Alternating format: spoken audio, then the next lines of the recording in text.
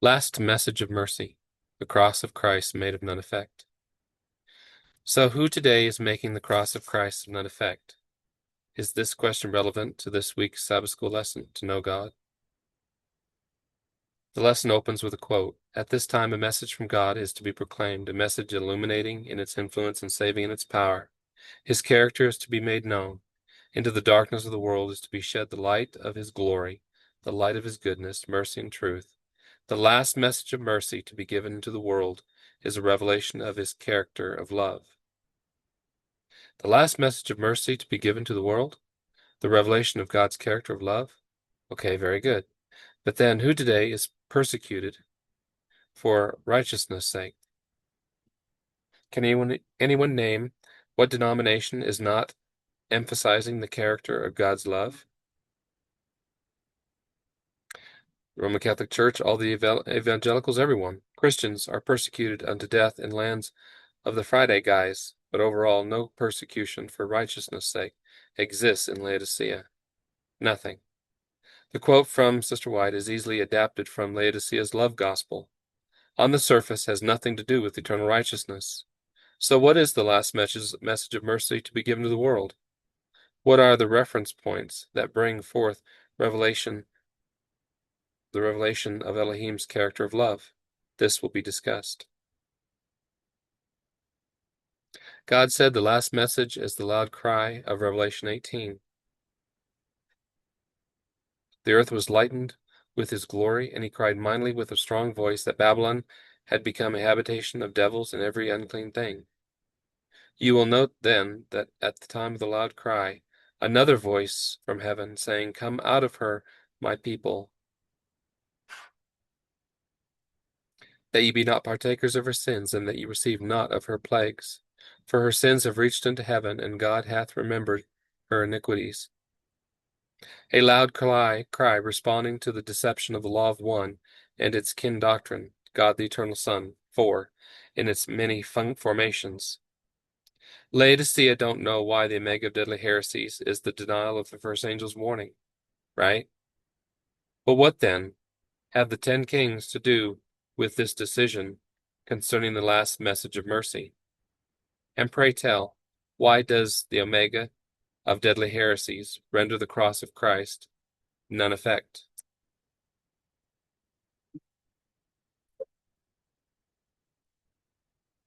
This must be discussed, so read on. But how do you break through the lovesick sentiments of blindness in Laodicea? Nearly impossible. Cannot be done. Why? The true witness responds to that question about Laodicea in Revelation 3.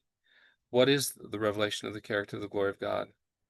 Well, it can be asked, what is not? And what is not?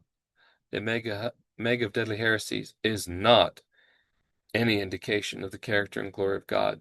So why does Laodicea host this doctrine of God the Eternal Son for as their fundamental beliefs? Therefore, 3 warnings are presented also to Laodicea that no man perish eternally. So how do you bring about a discernible truth of the light of he who made glory as a revelation of the character of love? To deny the light and original glory of he who made, which was his alpha identity, as also God, is to not heed the call of the first angel, which is to worship he who made.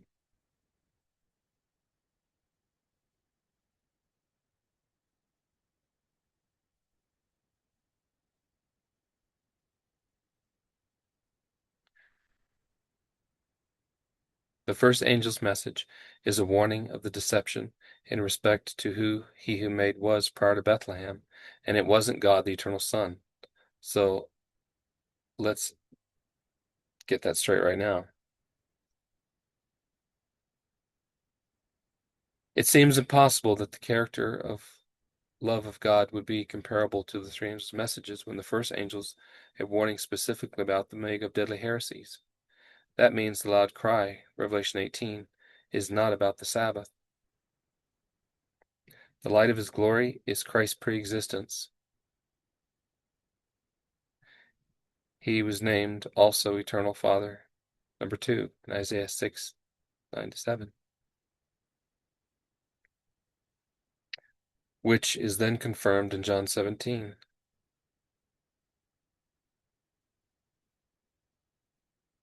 Equals first angel's warning. Once the first angel's warning is established, the other two make complete sense. This quote, Sister White, last message of mercy, holds those with surface knowledge of the scriptures like Velcro to the love gospel. But there is then making the cross of Christ of none effect. This must be discussed. On the surface, the last message of mercy has nothing to do with eternal righteousness. So how is the last message of mercy to be given to the world a revelation of God's character of love? The answer as it unfolds will be disappointment for the silly sisters of Laodicea.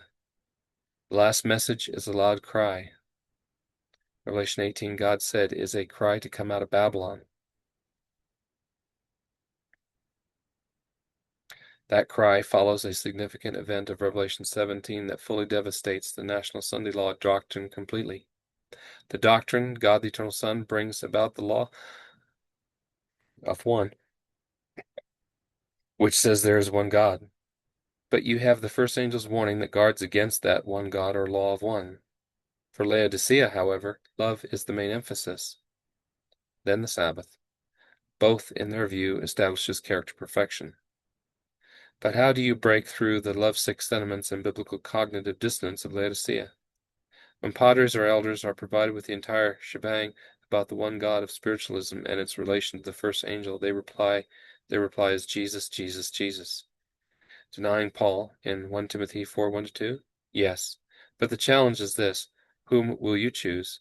Is it the lamb slain from before the foundation of the world? Revelation 13:8-9, or the mitzvah of the man of fierce countenance of Daniel 8:23-24? Which will be your choice? It seems impossible the character of love of God would be comparable to the three angels' messages, and for Laodicea, a big disappointment that it doesn't include the Sabbath. Right? Right, because in Revelation 19, he who made has an unknown name, and that one fact reveals eternal righteousness beyond human ears, and appears to imply a revelation given to the saints in the kingdom itself, after all enemies have been submitted, and the name which is known is the Word. But is the unknown name beyond the Word or its equivalent? Take a moment and think about this. How does the EGW quote in National Sunday Law reconcile Daniel 12 and the 1260, 1290, 1335 days of Revelation 13, Isaiah 2, Revelation 17:16 as a revelation of God's character of love?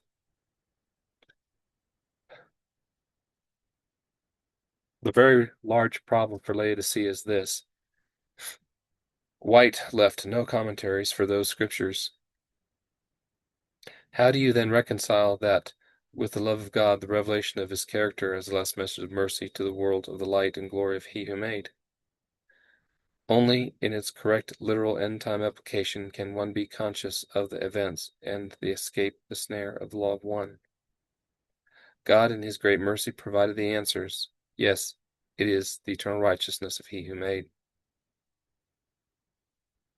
Therefore, the end-time context is of supreme importance, or you will never recognize time and place of specific events as they arise, which is in this case of Laodicea, who choose the law of one via fundamental 2 and 4, and then bowed to the omega of deadly heresies. The loud cry responding to the law of one is what? Answer, the law of 2. The law of the truth, 2 Thessalonians 2:10. Christ is the way, the truth, and the life.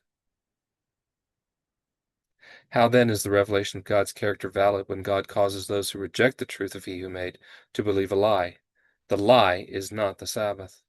Laodicea, the loud cry of Revelation 18 is to keep the Sabbath, based on Revelation 12, they who keep the 10 Commandments and have the faith of Jesus. But who has even considered the three angels' messages are in fact commandments as well? Laodicea's love emphasis is centered on righteous by faith as in relation to a human work. But the Arian and Trinitarian elements with Laodicean fundamentals are doing the same thing. They keep the Sabbath and honor the Ten Commandments, just as the rich young man who was increased with goods and needed need of nothing, making the cross of none effect, right? The last message by Laodicea has been developed under the auspices of the threat of the National Sunday Law against the Sabbath. Yes, it's all on YouTube, but not 10 Kings. The 10 Kings, 1 hour with the beast, do what exactly? Well, you need to read for yourself Revelation 17:16 out loud and listen to hear what it says, and don't be jaundiced by cognitive dissonance. The 10 Kings concept of Revelation 17 is a very well-developed concept which was never part of Laodicea's original understanding. It was developed by Armstrong to a certain degree, but the kinks in the chain were the wrong interpretations of the Heruli, Vandals, and Ostrogoths as being the first 3 kings. Fact is that they were tribes, not kings, and this, theologically speaking, did not gel together with Revelation 17:10, which are in fact 7 literal kings. The confusion in this matter resides in the 6th head.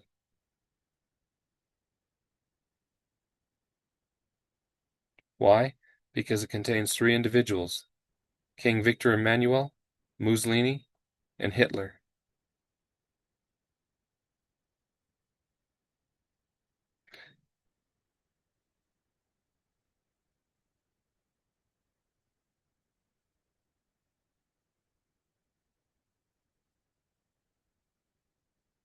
But there can be no denying that it was in its correct time frame. In fact, Victor Emmanuel was declared by Mussolini of being Italy's emperor, and this ties the matter into the literal 6th Scarlet King, even while puny, yet scarlet, since he recommended that Mussolini sign the Lateran Treaty with Papa Pointyhat.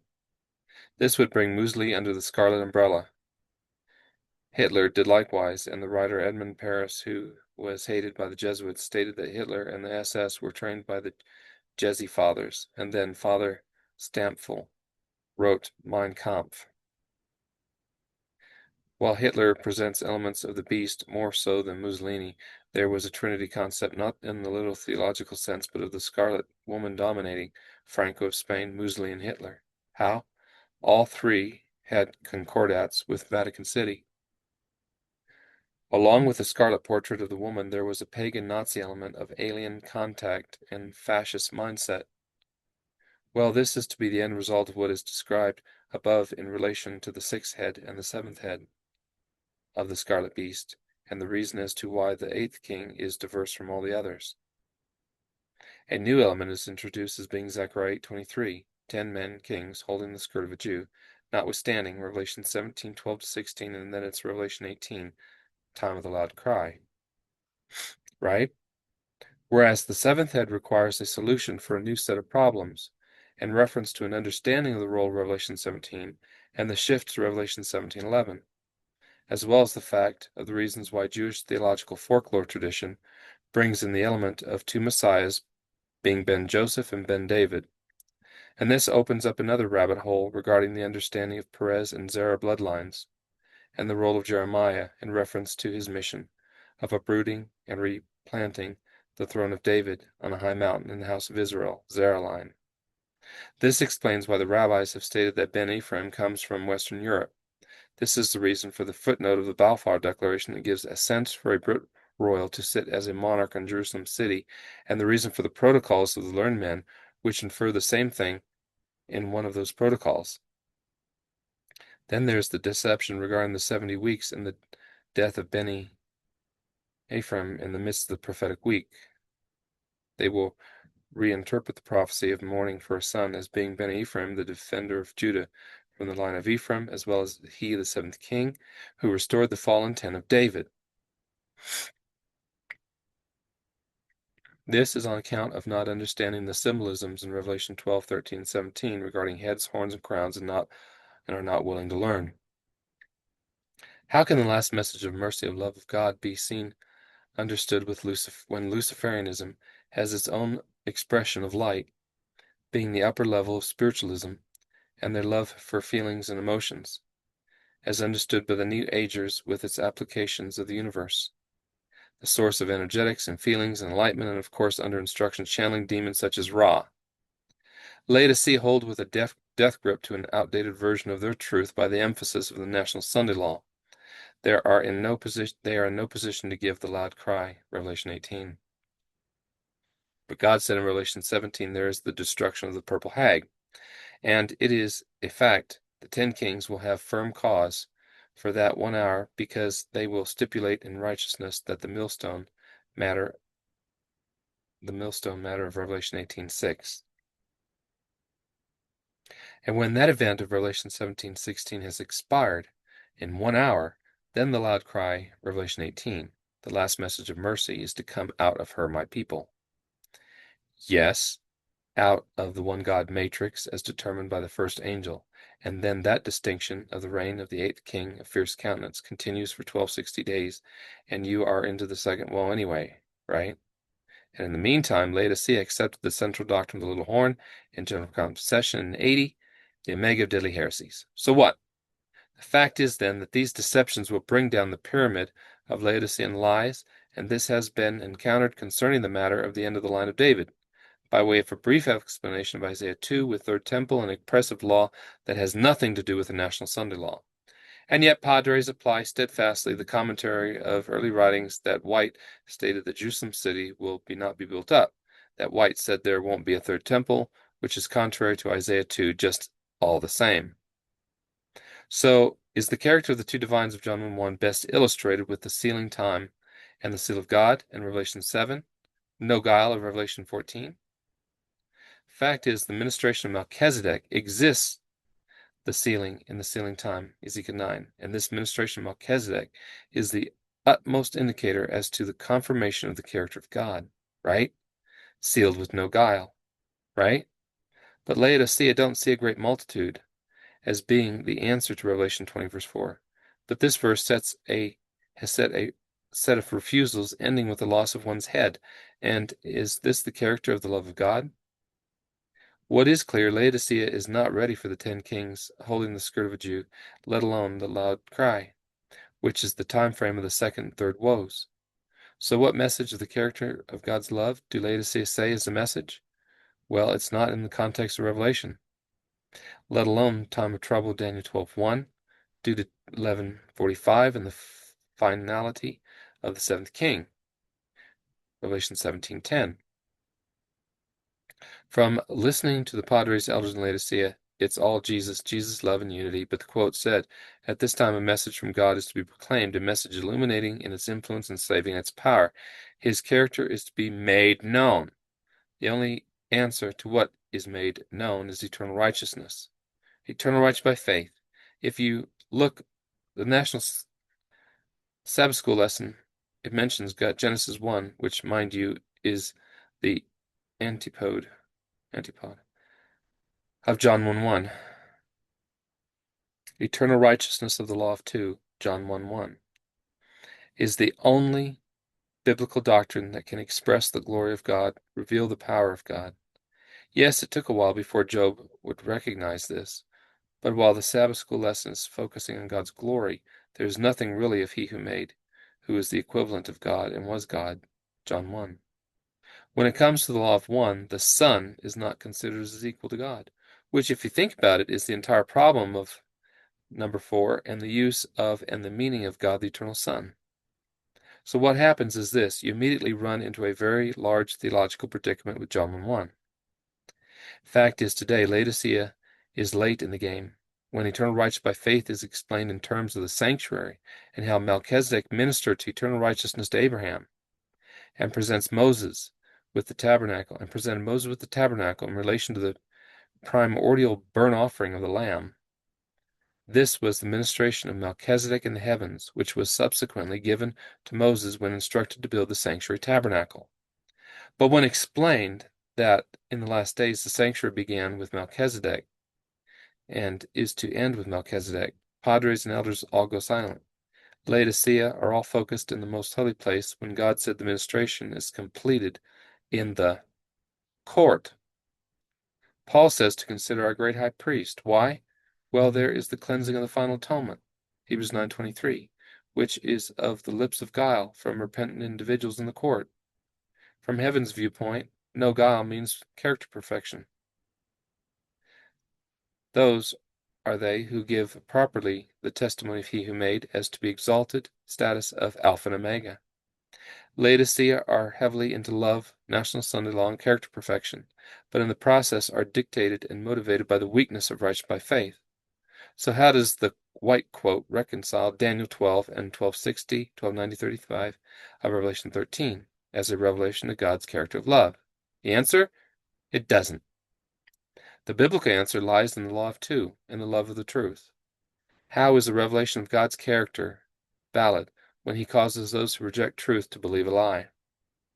The eternal righteousness of he who made is very clear. You cannot appreciate the white quote from the Laodicean perspective.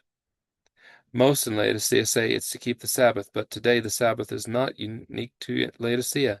But Laodicea will then say, based on Revelation 12:17, it is keeping the commandments. Therefore they have the faith of Jesus. It's then concluded you have or will have a character perfection, which is as they say, is to know God. But is this the case? The last message by Laodicea only has National Sunday law in mind, but Revelation 17 states otherwise. By Laodicea completely omitting the 10 kings of Revelation 17 and Zechariah 8, how will Laodicea recognize in 1 hour there is total destruction of the purple hag and her palace that leads to the cry, Revelation 18? So what major doctrine was destroyed in that 1 hour in the process of Revelation 17:16? Nothing greater than Fundamentals 2 and 4, which is the main doctrine of Laodicea, which is the Triune Trinity doctrine, and God the Eternal Son, 4. A call, come out of her, my people, come out from the law of one matrix. How can the revelation of the last message of mercy be National Sunday law, when Luciferianism has its very own upper-level spiritualism for feelings and emotions, universe and energetics? Laodicea is not ready. So what message of the character of God's love do Laodicea say is the message? Well, it's obvious. National Sunday law is not in context of Revelation 13, let alone time of trouble of Daniel 12:1 or Matthew 24. White states at the time a message from God is proclaimed, a message illuminating in its influence, saving in its power, his character is to be made known. The only message of illuminating influence in context of God's character at the loud cry, Revelation 18, is eternal righteousness of he who made, eternal righteousness by faith. When it comes to Genesis 1, it is the antipode of John 1:1. Eternal righteousness is Christ in his righteousness, and has the revelation of the glory of Elohim. The white quote is unhelpful to Laodicea and will become controversial, making the cross of Christ, Revelation 13:8, of none effect. What is making the cross none effect? Paul in 1 Corinthians said the cross of Christ can be made of none effect, which means no power unto salvation. For Christ sent me not to baptize, but to preach the gospel, not with wisdom of words, lest the cross of Christ should be made of none effect. For the preaching of the cross is to them that perish foolishness, but unto us which are saved it is the power of God. For it is written, I will destroy the wisdom of the wise, and will bring to nothing the understanding of the prudent. Where is the wise? Where is the scribe? Where is the disputer of this world? Hath not God made foolish the wisdom of this world?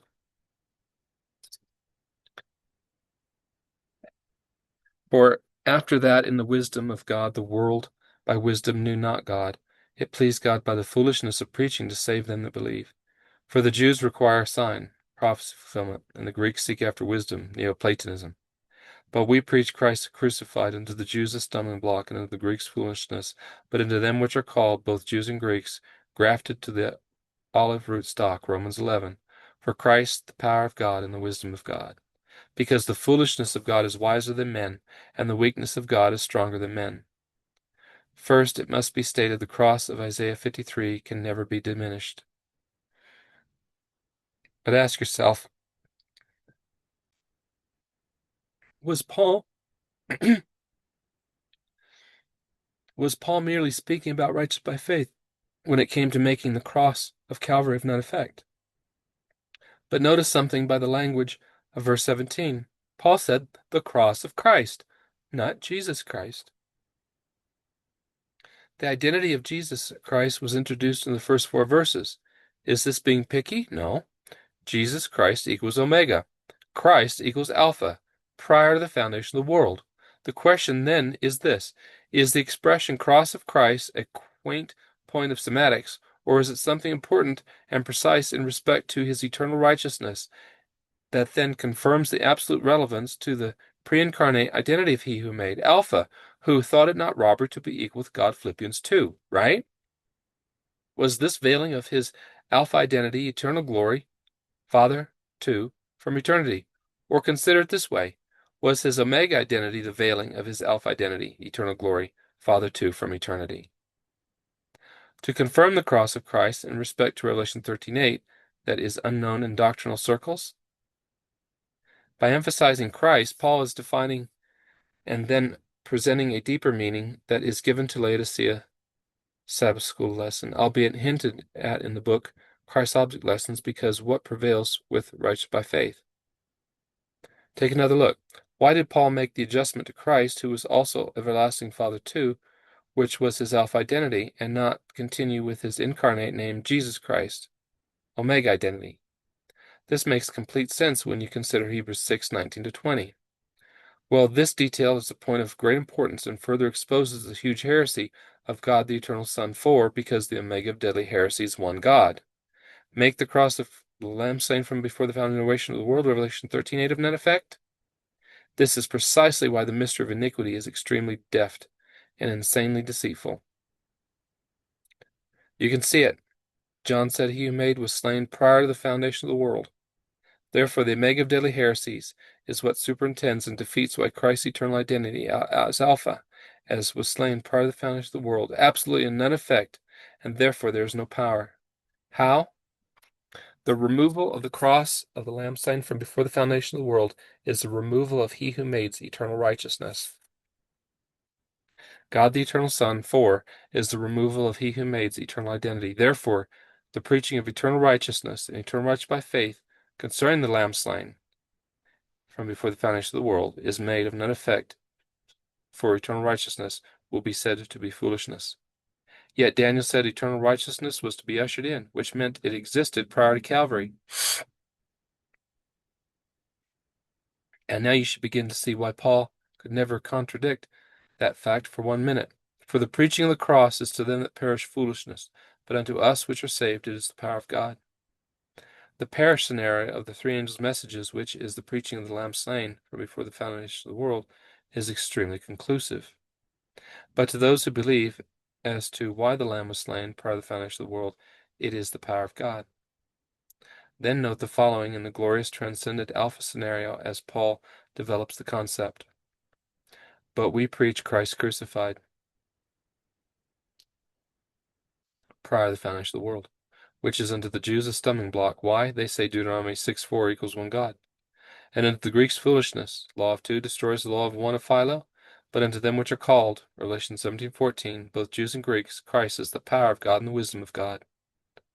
How is it power and wisdom? It all returns to Romans 11 again. The wisdom of the two divines, John 1:1, is eternal righteousness. The power of the Elohim, two divines, John 1:1, is eternal righteousness. So when you finally put this matter of he who made being slain prior to the foundation of the world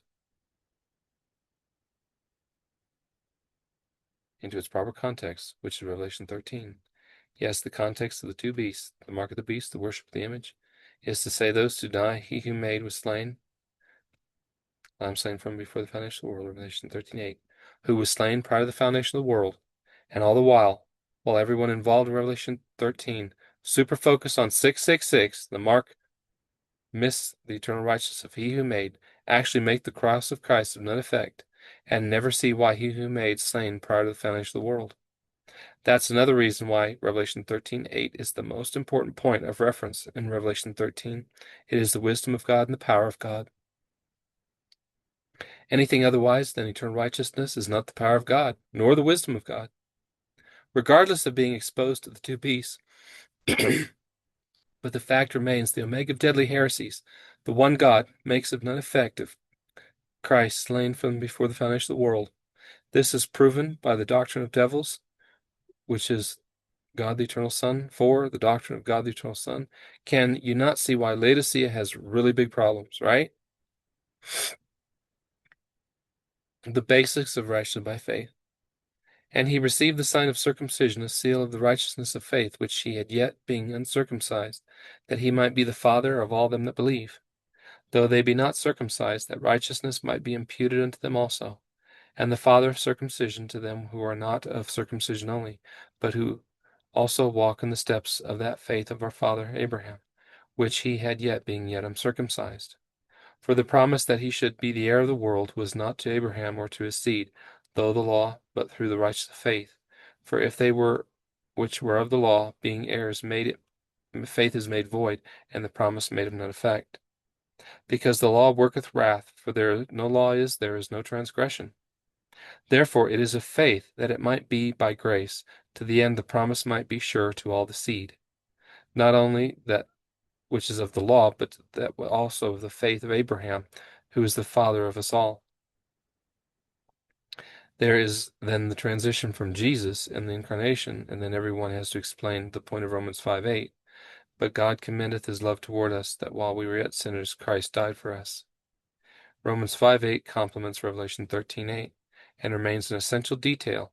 And now you have the answer why Paul developed all this in context about Christ's righteousness. That to establish the full transcendence of eternal righteousness by faith, which is the root of righteousness by faith, it is all was established back to Romans 1:3-4.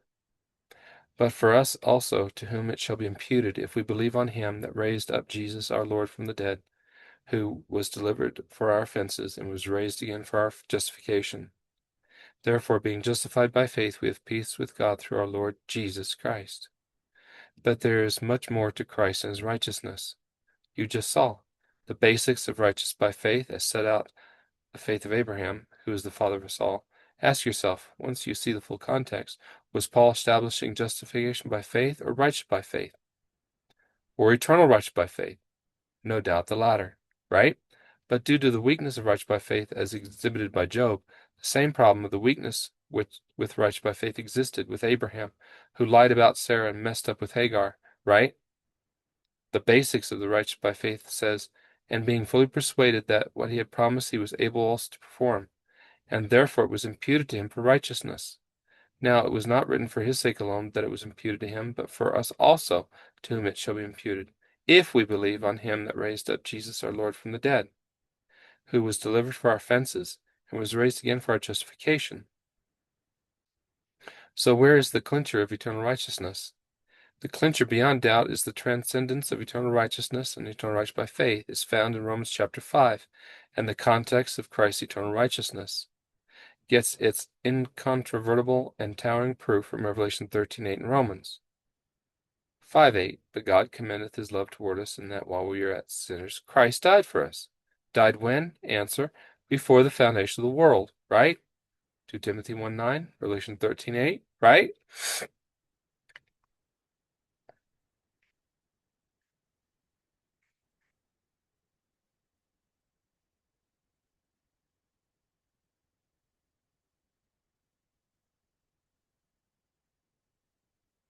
It is then beyond doubt that the law of the one God, of the seven Noahides laws, that is equivalent to mega deadly heresies, considered 6:4, inaccurate when God makes the cross of Christ of none effect.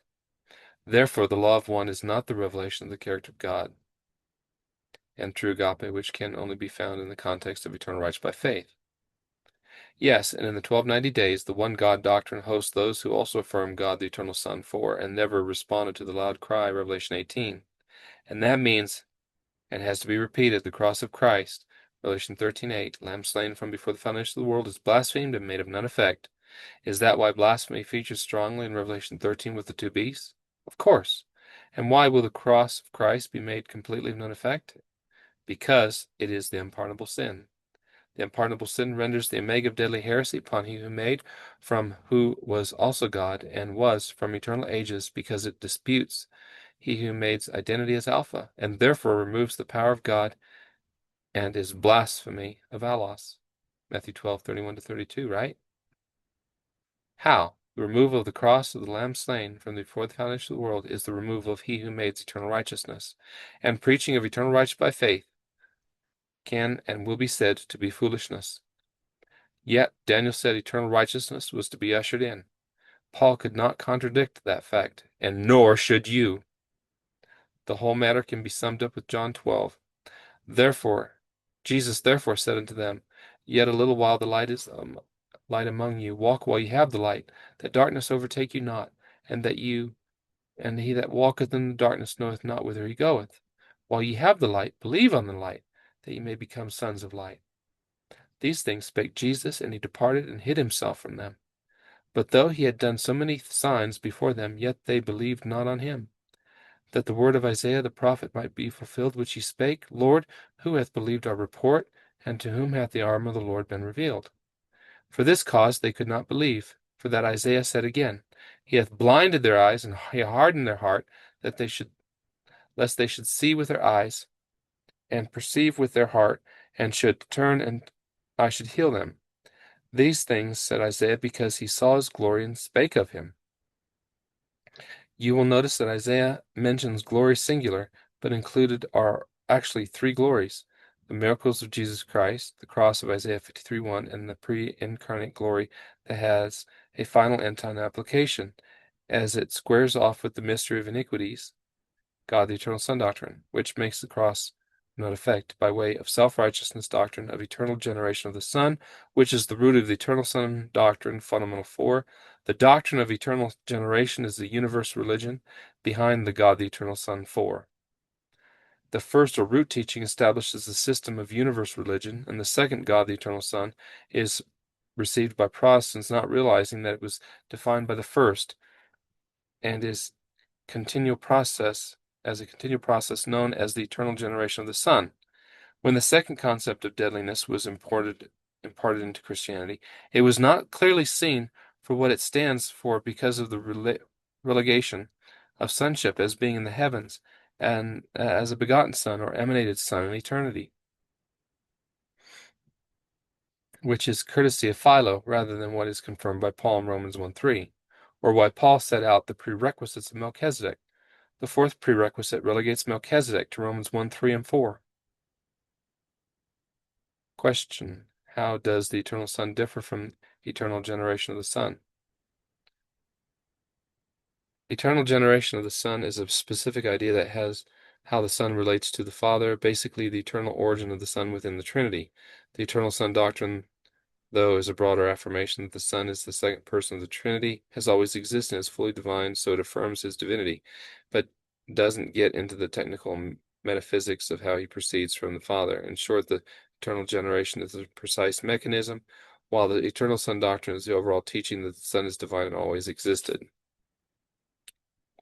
So, would you say that both of those concepts come from Neoplatonism and Philo? AI interface responds. Yay, that's a really important connection. A lot of language and concepts, especially about how one being can generate another, were heavily influenced by Neoplatonism, particularly through thinkers like Philo. They provided this philosophical framework that helped early Christian theologians anticipate how the Father and Son could be distinct, but still one in essence. So yeah, there's definitely a Neoplatonic backdrop there. Glories. Those glories would be 4. 3 glories mentioned are in the Omega scenario. Glory of he who made of John 75, Lamb slain from before the foundation of the world, which is Alpha scenario. That Alpha glory includes his identity as Melchizedek, who visited Abraham. Conclusion: John 17, 1-5 is the summary of the eternal generation of Neoplatonism and God the eternal Son of Philo and the emanated Logos and the Church Fathers. In John 17, he who made prayer to Father One are specific concepts of the original eternal glory both had, which means he who made himself in that prayer totally and foreverly destroyed utterly the one God, the Omega of deadly heresies, which is God the eternal Son doctrine, right? How could the specific glory of the Lord of hosts in Isaiah 6 be in the Omega scenario if Isaiah witnessed a pre-incarnation scenario, the Alpha as seen by Isaiah 6, right?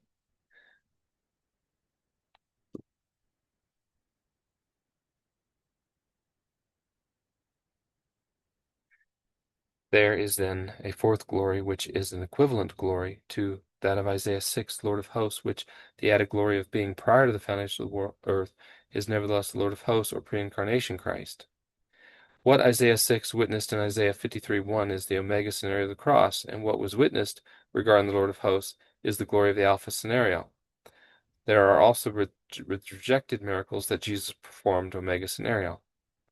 How could the specific glory of the Lord of hosts in Isaiah 6 be in the Omega scenario if Isaiah witnessed a pre-incarnation scenario of the Alpha as seen by Isaiah 6? Well, a very great glory was creation. Then the creation, man, let us make. John 17 continues, the transcendental glory of he who made is intentionally shared with those the Father kept for he who made, one in us, and that they all may be one, as thou, Father, art in me, and I in thee, that they also may be one in us, that the world may believe that thou hast sent me. And the glory which thou gavest me I have given them, that they may be one, even as we are one. I in them, and thou in me, that they may be made perfect in one, and that the world may know that thou hast sent me, and hast loved them, and as thou hast loved me. Father, I will that they also whom thou hast given me be with me where I am, that they may behold my glory which thou hast given me. For thou lovest me before the foundation of the world, that they all may be made perfect in one. Did he who made just describe for you what entails true unity consciousness? No doubt. For those who easily forget important stuff, Laodicea was counseled they have many lessons to learn, and how many to unlearn? We have many lessons to learn and many, many to unlearn. God and heaven alone are fallible. Those who think that they will never have to give up a cherished view, never have occasion to change opinion, will be disappointed. As long as we hold to our ideas and opinions with determined persistency, we cannot have the unity for which Christ prayed. Fundamentals 2 and 4, the Omega of Deadly Heresies, does not bring unity and truth for which Christ prayed. No, they are foremost in the category of many lessons to learn and many, many to unlearn. Heaven alone is infallible. The 88 Message Committee would use the Christ Object Lessons quote to know God erroneously, not taking into account the reasons for the failure of 88. When it's boiled down, why does the love gospel fail to be honored by God when Revelation 7 and the seal of God? Those who headline Revelation 14 are without guile. God loves those without guile on their lips. And so what is the last message of mercy about the character of God in that context? Well, it's not National Sunday Law or the winsome love of Jesus. God must have teachers of eternal righteousness of he who made, the same guys who will be God's prime exhibit concerning the love of the truth. God's truth did what exactly? Eternal right by faith overcame the dragon, miracle working false prophet, by the word of their testimony, and loved not their lives into death. And if you're all dreaming, not paying attention, that's the entire point of Revelation 13. And what is that? It is eternal righteousness of the Lamb slain from before the foundation of the world, and eternal righteousness by faith. So much so the synagogue of Satan worship at their feet. But are the 144,000 self-aware of eternal righteousness in the seal of God, which is the point of Revelation 7? No, because the weakness of righteousness by faith will still exist. But the power of God is so great that it's not you who speaks, but Allah's. Take Stephen's testimony in Acts 7. Was that about the revelation of the love of God? Yes, Stephen laid out the sins of who exactly? His testimony is a microcosm of the revelation of the character of God. 10 Kings. Do you really have to have a wrong knowledge about the history of the 10 kings to be they who give the loud cry? Do you really have to have a strong knowledge about the history of the 10 kings to be they who give the loud cry? While it helps to securely batten down the theological hatches for the time of trouble, what does it mean is this: you have a viable proof that you are conversant with Revelation 17, and that 1 hour, the 10:10, have with the beast, and why that event triggers the loud cry, which is all prior to the second stage of the second woe, the 1260 days. So what is it that the 10 kings do is at the time of what triggers the loud cry? For one thing, you will have lived through the first woe. For those unfamiliar with the 10 kings, the 10:10 contribution of Revelation 17 that transpires triggers the loud cry of Revelation 18. So what is the testimony that accompanies the call to come out of her, my people? The first angel and the warning of the one God. as it relates to the mega deadly heresies. They will have a testimony of he who made, that others just don't. That is another reason for the existence of the seven churches of Revelations. Lukewarm Laodiceans who boast about the revelation of God's love are what? Spewed by he who made. That transcript is in Revelation 3. But why? For the purple hag is destroyed, and what is the purpose, then, of the National Sunday Law? But worse, Laodicea have zero testimony of he who made in the first angel's warning. God said the other great city is destroyed in 1 hour. No reason for National Sunday Law and their love gospel, completely useless. Laodiceans at this time are realizing the fundamentals 2 and 4 are anathema. Fact is, God the eternal Son, one God doctrine, guaranteed no seal of God, no eternal righteousness, no belief in eternal righteousness by faith, no testimony of Jesus as to why Christ is Alpha and Omega. So do you really have to have a strong knowledge about the history of the 10 kings to be they who give the loud cry? They have never been 10 contemporaneous kingdoms from the fall of Rome, 476 AD up to the present time, which only leads to one alternative. These 10 kings are successive. And since they are specifically kings, they cannot be tribes for the following reason.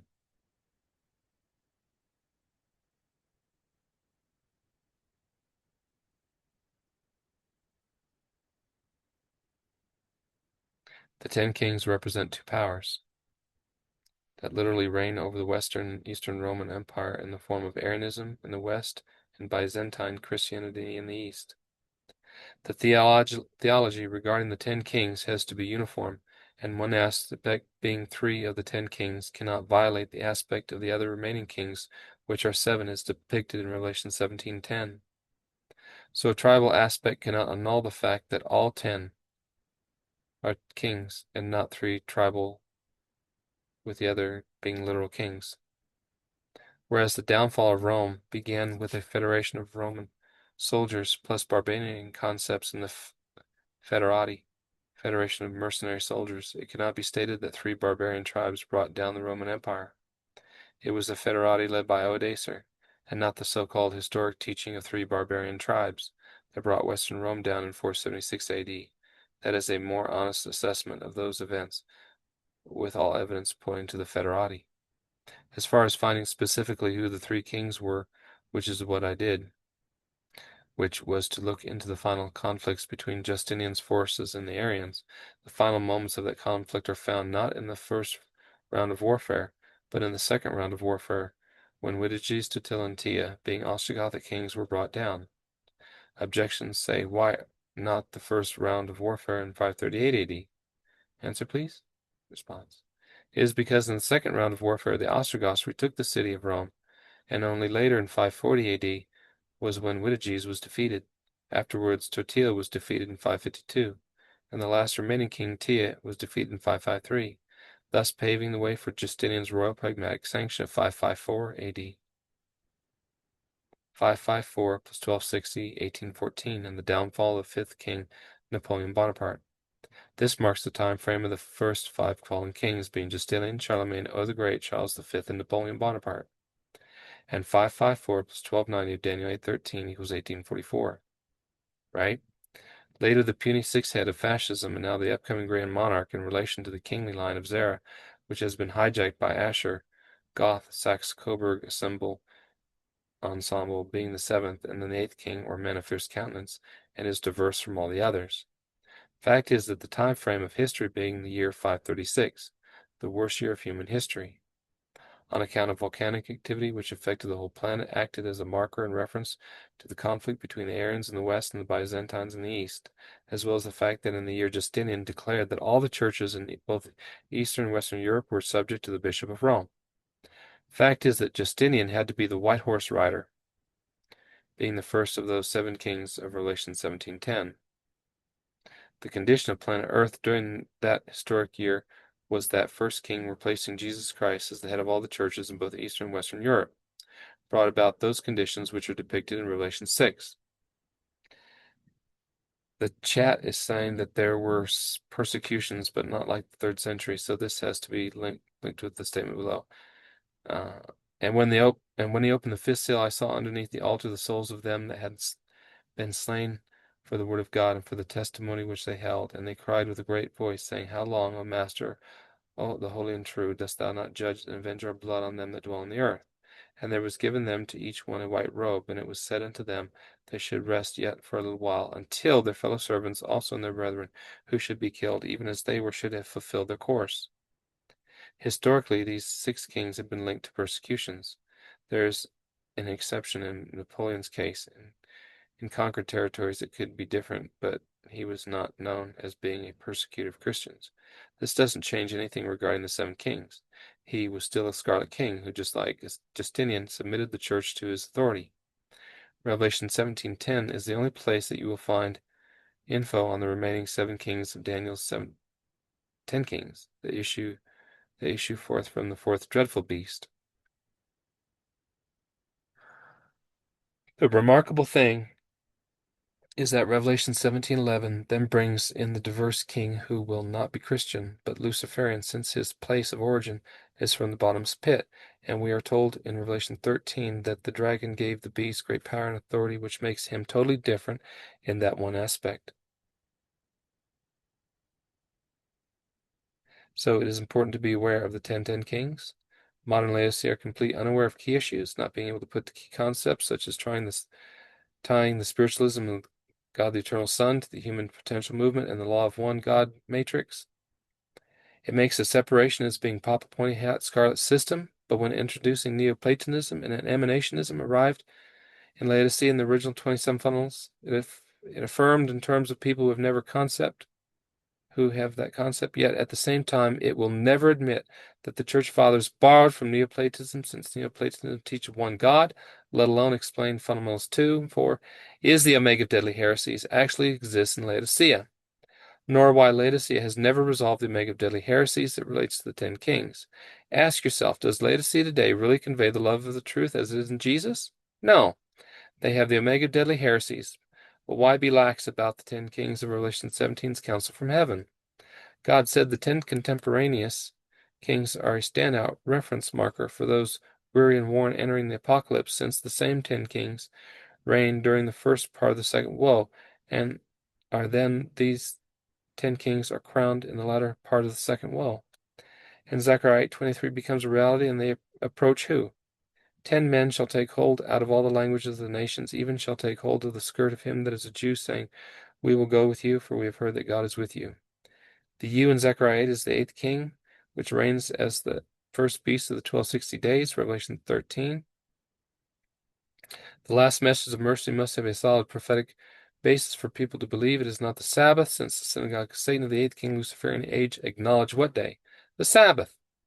Concerning the Omega of Deadly Heresies, Paul has a message for Laodicea, and has this to say, But ye have not so learned Christ, if so be that ye have heard him, and have been taught by him, as the truth is in Jesus, Alpha and Omega, that ye put off concerning the former conversation the old man which corrupt according to the deceitful lust, Omega of Deadly Heresies, antithesis the first angel's warning, and be renewed in the spirit of your mind, and that ye put on the new man, which after God is created in righteousness and true holiness. Wherefore, putting away lying, Omega of Deadly Heresies, fundamentals, which does the making a cross of none effect, and then what? Speak every man truth with his neighbor, for you are members one of another. John 17. The last message of mercy is putting away lying, the theological guile, putting away the Omega of Deadly Heresies, and then it is only possible of what it means to know God. The true agape of God is in fact about both of Elohim's and their eternal righteousness, and from heaven's viewpoint, that is the last message of mercy. A message from God is to be proclaimed, a message illuminating its influence, saving its power. His character is to be made known. Into the darkness of the world is to be shed the light of his glory. That's eternal righteousness. The light of his goodness, mercy, and truth, eternal righteousness. The loud cry, Revelation 18, the greatest moment of God's Spirit in human history. Then the apocalypse.